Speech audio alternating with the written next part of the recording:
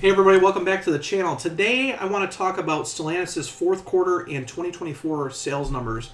Stellantis, or FCA US I should say, did this really weird thing on Friday night. They posted the sales numbers were like super late on their website, like super late. And I don't know if it was done intentionally or whatnot, but I didn't get them until like really late on Friday night, so I posted them yesterday. But I wanted to come on here and talk about them because it's really important to know where the company's going and how it's been doing under the last part of Carlos Tavares. So I wanted to go through and talk about, what's been happening for the last year. The sales numbers weren't surprising. They were pretty disappointing. But let's take a look at them. So for the fourth quarter, for the U.S. market, FCA US basically reported that they sold 320,743 vehicles for the entire quarter, which is very dismal. And then for the whole entire 2024 calendar year, they only sold just over 1.3 million vehicles. So it was 1,303,570 vehicles. So if you put those numbers together compared to 2023's results, the quarter was down by 7%, and the year over year was down by 15%. Now, Stellantis tried to enlighten us with that retail sales were up for 2024 by 1%. But okay, you got leases, you got fleet leases, you got all that stuff. That's nothing really to be excited about. I mean, they make it like, obviously it helps with retail sales being up a little bit, but it doesn't really do anything when you're down 15%. I did a breakdown of the brands here, and if you look at the actual sales for the years, for the year per brand, only one brand actually looks like it was doing well, and that's Fiat. But if you look at their numbers, it's nothing to be hyped up about. They only sold 1,528 vehicles for the whole year, and last year they sold 605. So they're up 154%. But every other brand is down. So if you look at Jeep, you got to remember back in 2016 when Mike Manley was at the helm, Jeep was looking at pushing almost 1 million units. 1 million units. And now they're only at 587,725 units for 2024. And that's down 9%. We look at sales for Ram. Ram's down 19%. Tim Kuniskis has his hands full with Ram.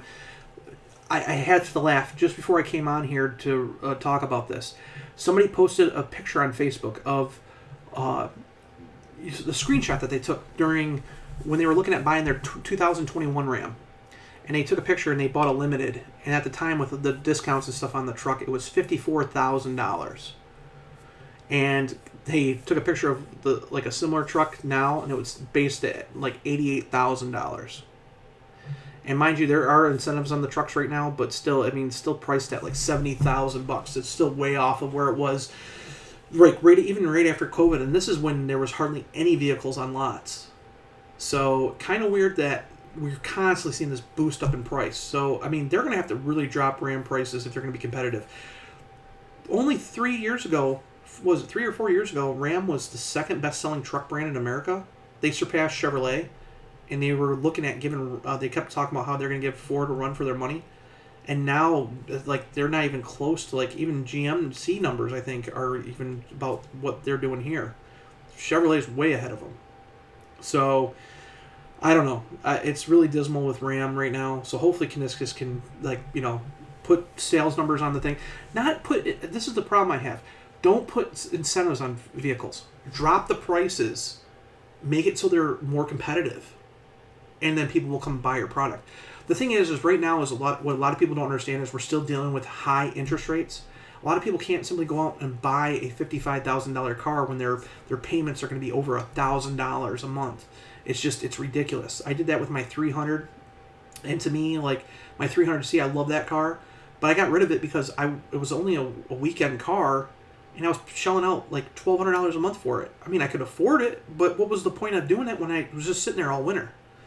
So that's why I got rid of it. And I'm glad I did, because now I'm seeing 300Cs go for, with really low miles, only for $42,000. So, I don't know. It's just crazy. We look at the Chrysler brand. A lot of people complained about the Chrysler brand. Well, you want to come up here, Walter? Walter wants to come join us. Sit down, Walter. Chrysler. A lot of people complained about Chrysler. oh, it's just a minivan.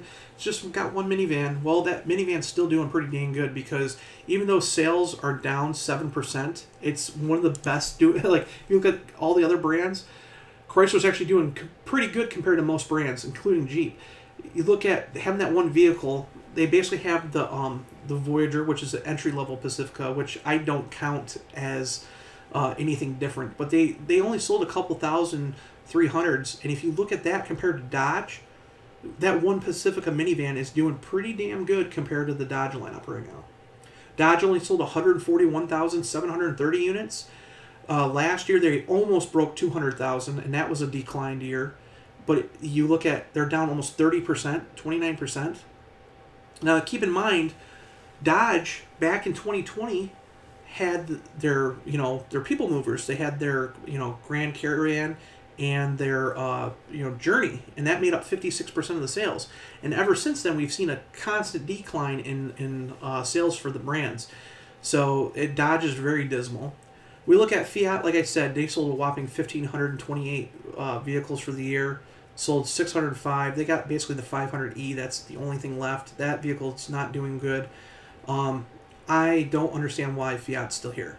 They could take the millions of dollars they spend in marketing and put it somewhere else. I think the only reason why Fiat's here is they're trying to justify why they let dealers spend all that money on building Alfa Romeo and Fiat studios.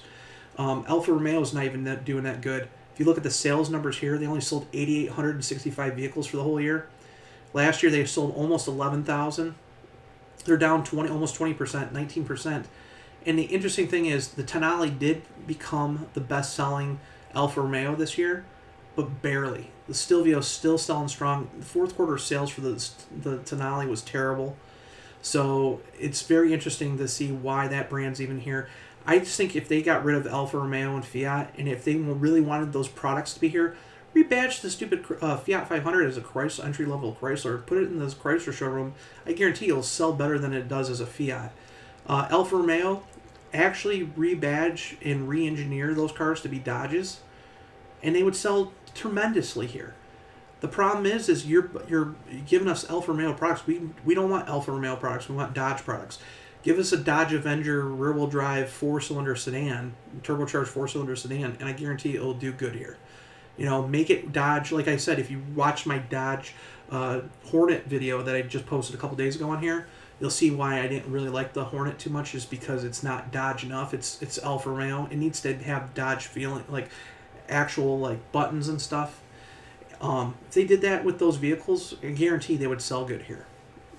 But I don't understand why those Italian brands are still here. Jeep, let's talk about Jeep. Jeep decreased by 9% year over year. They had basically a 9% sales drop in their fourth quarter. The Grand Cherokee led the way with 55,209 units sold for the quarter. Then it was the Wrangler with 38,085. The Wrangler was up a whopping 27%, while Grand Cherokee sales were down by 11% for the quarter. But one vehicle that is really surprising is the Compass. Compass sold 27,223 units, which was up 11% over the quarter of last year. This year so far for the Compass, it's up 16%. It's really the only vehicle other than the Wagoner that has done better for Jeep for the year. And it's up to 111,697 units sold for 2024. And the reason why is they got that one model that's under $30,000, that Compass Sport 4x4. People are looking for cheaper vehicles. And Compass sales of their Sport and Latitude models are doing really good. It goes to show that Jeep, especially Jeep and Dodge and Chrysler, need cheaper vehicles. Simply said, that's what they need. Gladiator sales down 31% for the quarter, down 24% for the year.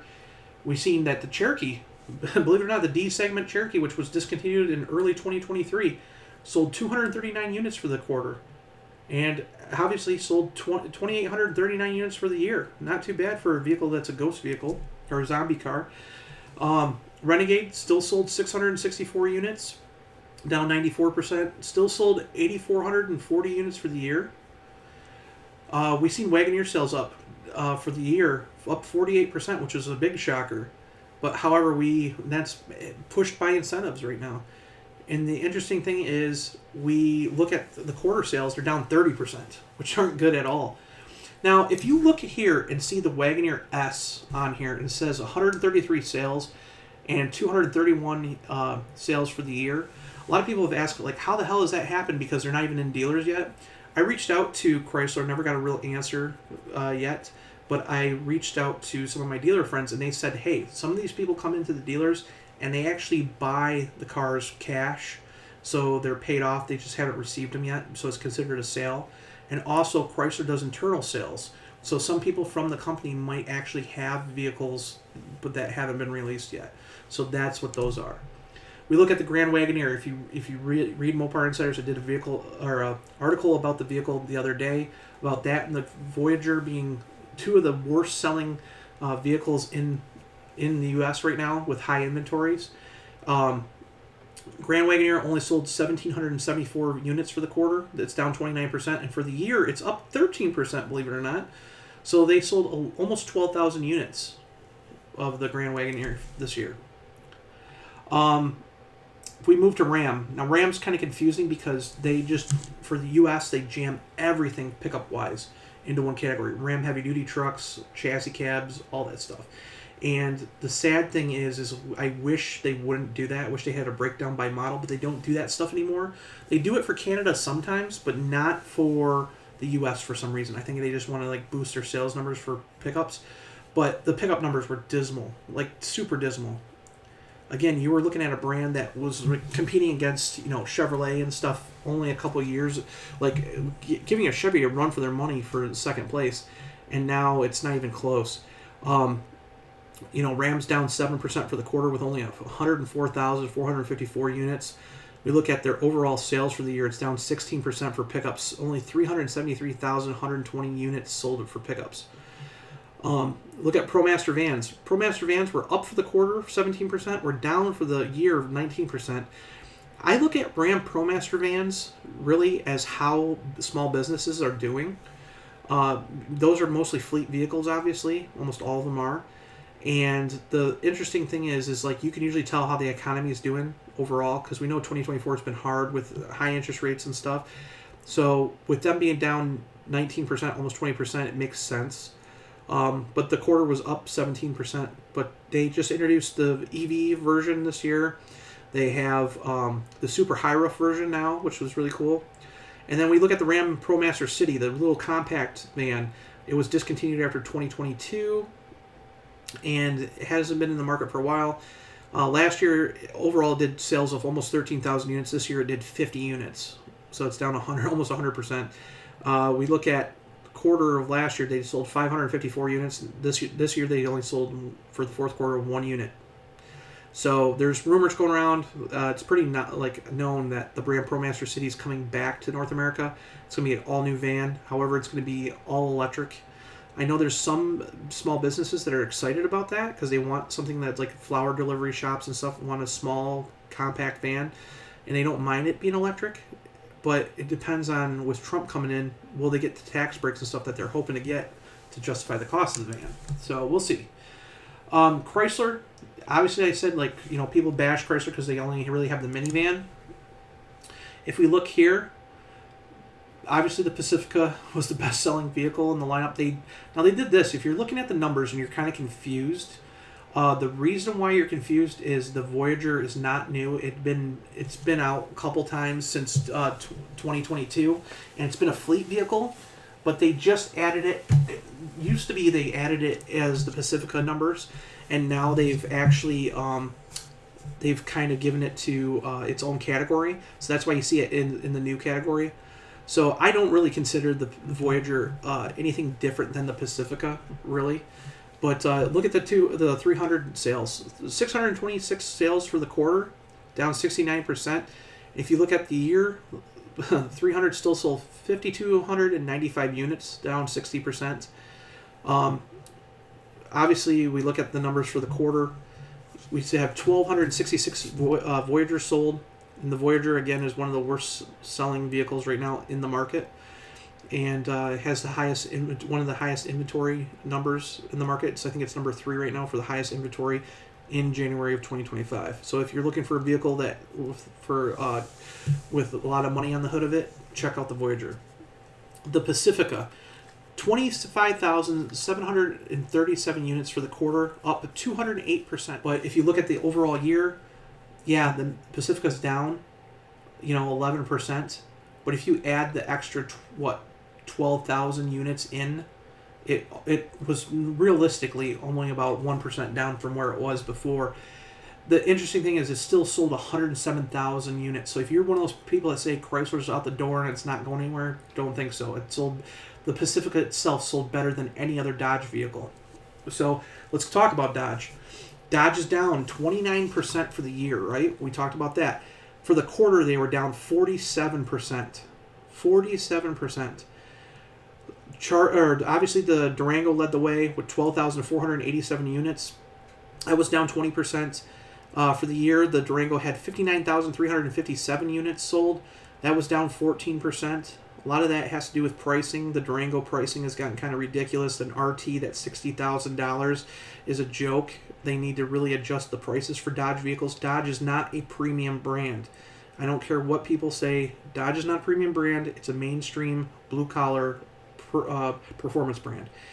So it's mainstream. They need to make it mainstream prices. They do that, Durango prices, or make it so the Durango's, again, more competitive. It'll be better. Hornet sold almost 5,000 units, which is kind of funny because it was up 1% compared to the last fourth quarter of 2023. If we look at the year-to-date for sales, the Hornet actually sold 20,559 units. It was up 120% compared to last year. Now, keep in mind, a majority of those units are GT units, from what I've been told. RT units, the plug-in hybrid ones, like the one I tested here on the channel, still have huge high prices on them, even with tax like rebates and stuff, and people just aren't buying the RT. And it's a shame because it's such a good powertrain, but it's too much. It's too overpriced. So people are buying the GT models, and that's what's pushing the vehicle. But if you look at the year-to-year sales, if you look at 2024 sales, Hornet still didn't beat the Challenger. The Challenger's been discontinued. Challenger sold 27,056 units, which was down 40%. And the Charger sold 34,754 units, down 54%. So if we look at the quarter, Charger still sold 2,774 units. Challenger sold 2,182 units. Both were down 77%. So Matt McAleer has a lot on his plate. Here, Walter, you gotta get down. You gotta get down, Bubba. Or you're gonna sit like that? Okay. He wants to climb. Fiat, like I said, really doesn't do a whole lot for the Fiat brand because, if you look at their fourth quarter sales, it's kind of funny because they sold 742 units when the whole year they sold 1,500. So this one quarter was probably half of what they made for the whole year, which is sad. And a lot of it, like if you look at the 500E, they only sold 531 units for the quarter, which was almost over half of what they sold for the entire year. So the 500X, which was actually a pretty good vehicle, which was basically the Italian version of the Jeep Renegade, even though they were both built in Italy. It was such a great vehicle. It was comfortable. Powertrain was really good in it, but it still sold 211 vehicles. It was up 59% for the quarter, and then it was up 1% for the year. And this vehicle was discontinued after 2023, so it's pretty interesting. We go to Alfa Romeo. Nothing huge about Alfa Romeo. It sold a whopping 2,039 units. That's for the quarter, and that's down 38% compared to last year. If you look at overall, they're now 19%. They didn't even break the 10,000 mark this year. And the funny thing is they're looking at building an E-segment SUV here in the U.S. to just focus on the U.S. market. Nobody wants Alfa Romeo. Nobody wants Alfa Romeo here. The sales are dismal. If you can't even break 10,000 units of sales, it's really not the point in the biggest and best market in the whole world. So, if you look here, Tenali actually didn't do as good as it did last fourth quarter. Only did about half. And then if you look at the Stelvio, it did about half as well. but it was still the best-selling vehicle for the quarter. However, it lost out to the Denali by less than 200 units for the year. So overall, very dismal year for Chrysler Group, FCA US. I don't know. Hopefully they can turn that stuff around. It'll be different without Carlos Tavares in the picture.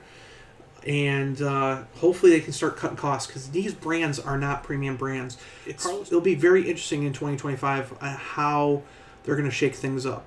So we've already seen, some EV products that they're pushing right off the bat have 0% financing and huge discounts on them already. So we'll see. I don't want to see discounts. I want to see I don't want to see any incentives. I want to see them pull back prices so when you walk into a dealership, you're not sticker shocked. Dealers who are still putting markups on vehicles are just plainly stupid. These numbers tell you how those dealers are operating. Do not buy a vehicle with additional add-on like markups or anything like that. It's just simple. There's dealers out there that will, still be good. Small-time dealers that will be good to you. You just have to find them. So, other than that, take a hit subscribe. Make sure to check out Mopar Insiders on a daily basis. And I'll see you in the next video. Bye.